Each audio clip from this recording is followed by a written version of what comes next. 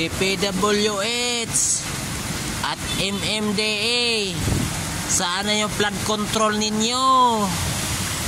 Tingnan nyo, bihira lang to magbaha dito, ha. O anong nangyari sa flood control ninyo, DPWH? Ninanakaw kasi ninyo ang pundo ng flood control. Miminikos-mikos ninyo. Ayan na, nagbaha na ang Metro Manila. Ano naman nangyari? Parang swimming pool na. Hindi naman kalakasan ng ulan, oh.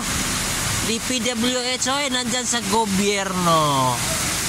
Wag nyo naman nanakawin ang pundo ng kaban ng bayan. Mahiya naman kayo, sabi ni BBM. Ang kakapal daw ng mukha ninyo. Sana kayo na daw ang lulubog sa baha. Nakakatakot ang leptospirosis. Ayan, DPWH.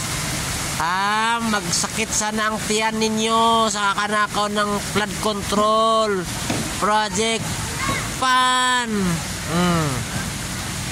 Ano na, sana sasakit ang tiyan ninyo.